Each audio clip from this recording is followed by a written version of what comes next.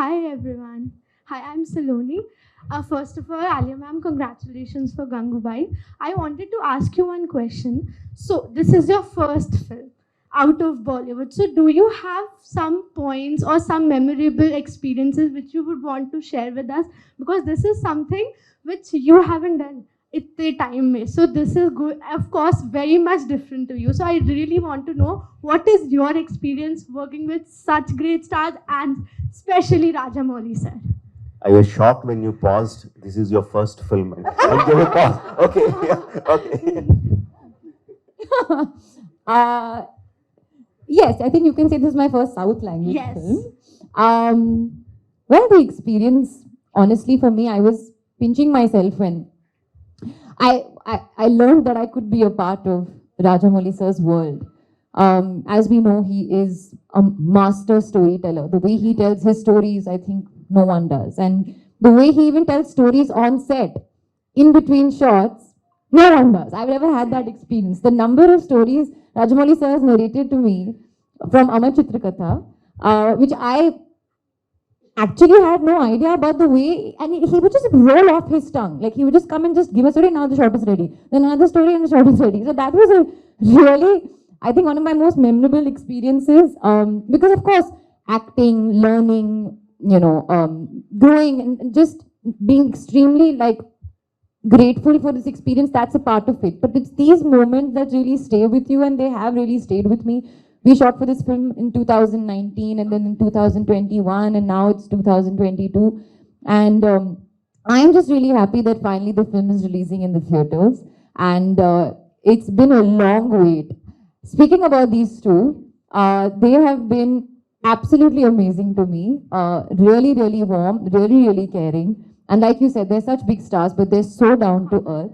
And I think for the whole team, I'm a part of the film, but when you see these guys on screen, all created by Sir and everything that he's put together, now we're just waiting for that big screen experience. So now my most memorable experience will be when I see the film on day one, on the 25th of March.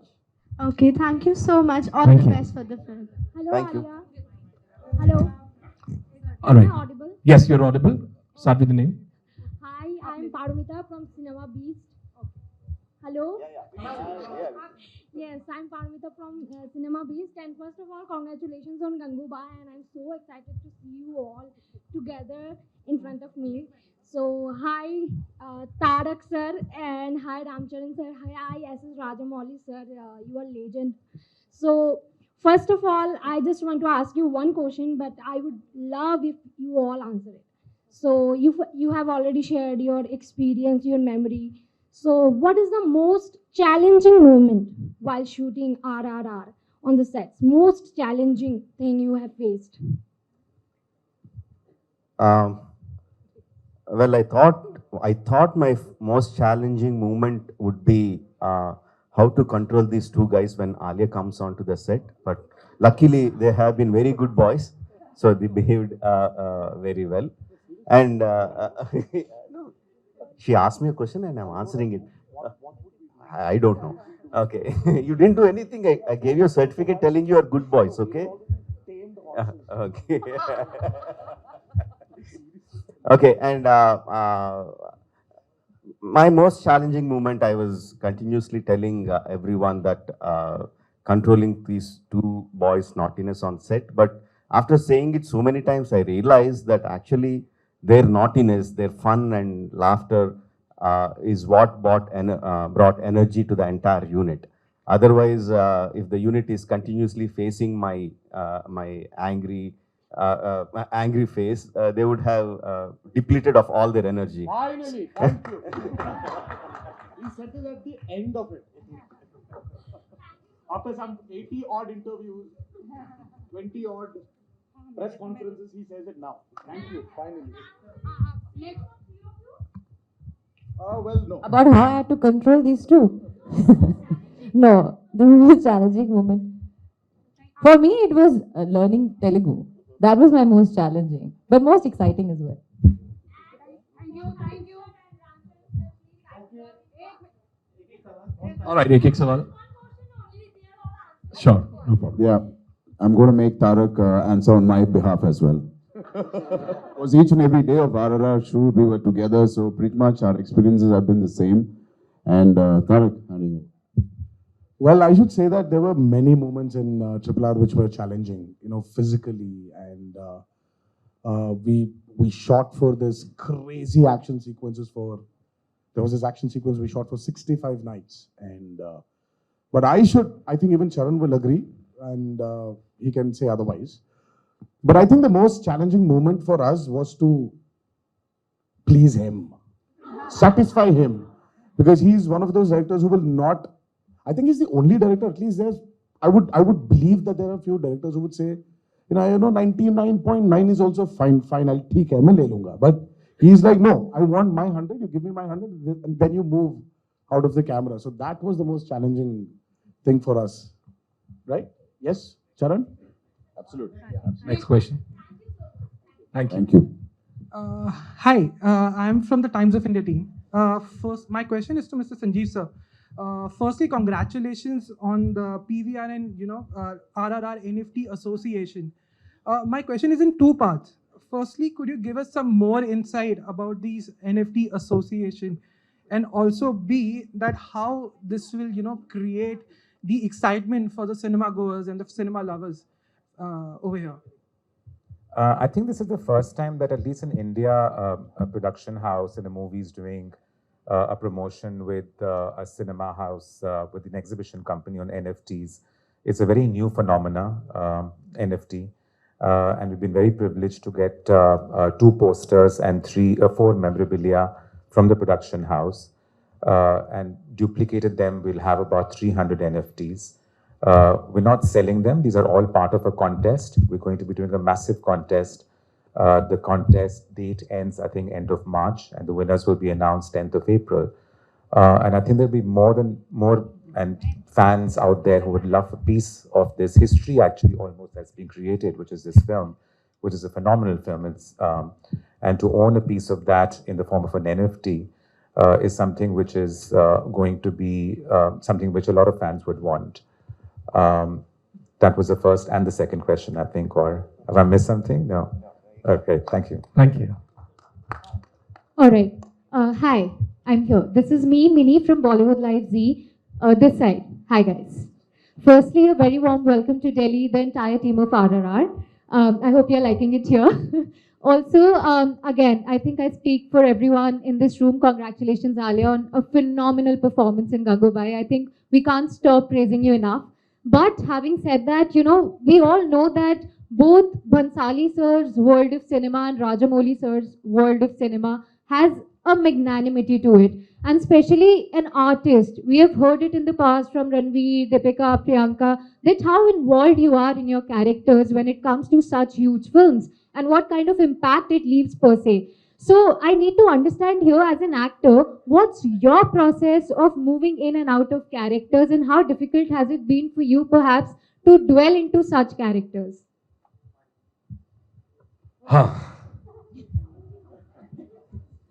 I don't have a process, and I like my process to change with every film and with every filmmaker that I'm working with, because I, at the end of the day, believe that we are just the clay. That the filmmaker creates the structure and the film, and we just have to mold into the filmmaker's hands.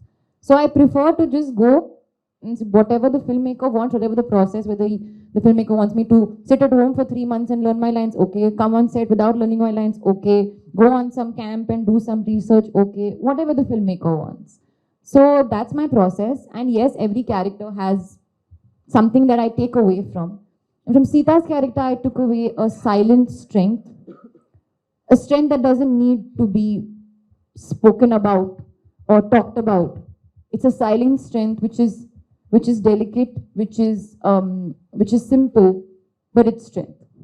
That's beautiful. Also, having said that, before I pass on this mic, anything that you've learned in Telugu, if you could just say it for us, we really need to hear that. Any one thing.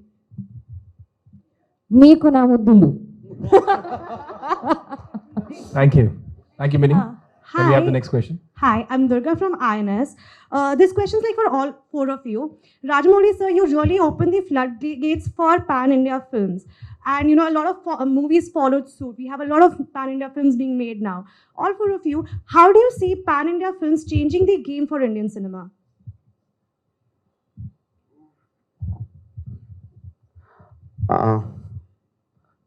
Frankly, I'm not a visionary. I don't have such understanding about how everything works out. For me, it is all about my film and what I can do to make my film reach maximum number of audiences. So over the course of my career, I learned that the more stronger the emotions, more basic the emotions, more people tend to like your movie. So that's what I learned, and that's what I've been doing. And Bahubali just was liked by the entire country. And I think people realize that if they follow the same thing, if they base their story on on basic emotions, basic human emotions, they will have a wider reach. So some films are doing well. Very, very happy for them, for all the films that are doing and good and across the entire country. And how the dynamics change in the market, I have absolutely no clue. I have absolutely no clue. If any of you have a clue, you can explain it to them. So I think he's absolutely right. He doesn't start something thinking it should be loved by each and every one, but it magically somehow in the end becomes that. And the first movie was Bahubali. And all of us are very glad to be part of this because the floodgates, as you said, has been open to all actors to experience the other Indian directors and other Indian directors from different states to experience us. So there's a huge boundaries that have been erased, and we are very fortunate to be in this era of experiencing other directors and they experiencing us. Good evening, everyone. This is Swati from India.com. So like Tarak sir mentioned about physical challenge and like there's this whole pandemic going on. So did the three of you go on a particular diet that you had to follow, or was it like just mix? Because you guys have all the other movies also, like you were shooting for other movies as well. Can I narrate a very funny story before you all speak? Can I? So I remember on the first day I was shooting with Tarak and I was on the floor. Okay, as per the scene. And Tarak had to bend down and something pick me up or something. He couldn't bend down because his legs were so sore. Because he had done a heavy leg workout. You remember this? And so that's what I mean, my reason to narrate this story is I could tell without them saying how hard these guys have worked on their body. Like he couldn't even bend down, like his legs were so sore. And then we all had a good laugh about it, and then he bent down because he had to. So is there like any particular physical routine that you followed, or like an exercise or something? See, I think, being fit is a very #1 priority for an actor today, right? So yes, for RRR, we really, there were proper, Rajamouli as a director wanted us to look in a particular way, how he imagined us to be, his characters wanted to be. So it was challenging, but again, as I said, being fit is the #1 priority for an actor today, in today's world. So we didn't go through this special care in COVID times, and when COVID was happening, everyone needed to be fit also. So it was going on. It was like a routine till RRR was happening because we had to look in a particular way for RRR. So yeah, it was. Yes, Hello. please. Next question. Hello, Sir, hi, this side, sir. Hi, RR team. A very warm welcome to Delhi. So just before you came, first of all, my name is Ayushi. I'm from One News. Sorry about that. तो हम जब trailer देख रहे थे, so we saw a very small glimpse of Alia in the trailer. So maybe because my cinematic knowledge is not so much clear, so I just want Alia to make it clear what kind of role you are playing in the film. Okay. Like we have been telling from the beginning, Alia comes as an important character. It's not a full-length character, it's a cameo. But the character is so important. It's so important because in the film, we have two heroes who are like superpowers, who are like fire and water, out to destroy each other if things don't go well.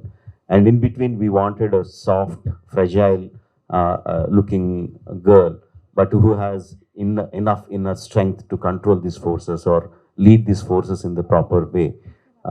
So that's why I wanted Alia to do it. So if you're talking about the length of the character, it is less. But if you're talking about the importance of the character, it is very high. Rajamouli sir, मैं Rahul Jain Namokar channel से। मेरा आपसे सवाल है कि आपकी फिल्में जितनी भी बनी होती हैं सारी बिग बजट फिल्में होती हैं, और आज की डेट में देखा जा रहा है कि लोग रियल कंटेंट को बहुत पसंद कर रहे हैं, और द कश्मीर फाइल इसका सबसे बेस्ट एग्जांपल है कि बहुत कम बजट में बनी हुई फिल्मों को भी लोग कितना पसंद कर रहे हैं। तो इन फ्यूचर आप कभी कोई नॉन फिक्शन सब्जेक्ट पर एक ऐसी फिल्म बनाएंगे जो देशभक्ति से रिलेटेड हो? There are so many things, whether I want to make a small budget film, whether I want to make a realistic film, whether I want to make a patriotic film. There are so many questions in there. What I want to make is what I always want to make is an emotional film. I want my audiences to connect to my film very emotionally. I want my audiences to feel for the characters, to empathize with the characters, feel all the emotions the characters in the film they are feeling. So each director has a way of narrating the stories. I have a certain way of narrating my stories, but I don't set on trying to think, okay, now let's make a small budget movie. Okay, let's make a realistic movie. That's not how I think. I just go in search of an emotional story. If it's a big story, it will be a big story. If it's a small story, it will be a small story. Hi, Last question. Hi everyone, my question is for Rajamouli sir. Sir, there is always an element of mythology in your films. In RR trailer also we saw a glimpse of mythology. So please tell us your love about mythology, and is it always a conscious decision to put mythological element in your films? It's a very subconscious decision because I grew up from my childhood listening to the stories of mythology, either from my grandparents and parents or through 𝗵𝗲𝗍𝗑. It is completely imbibed in my blood, the stories. So whatever goes in comes out. So because I have so much of input of the mythologies, they tend to come out in my stories in different forms. And I feel very proud of it.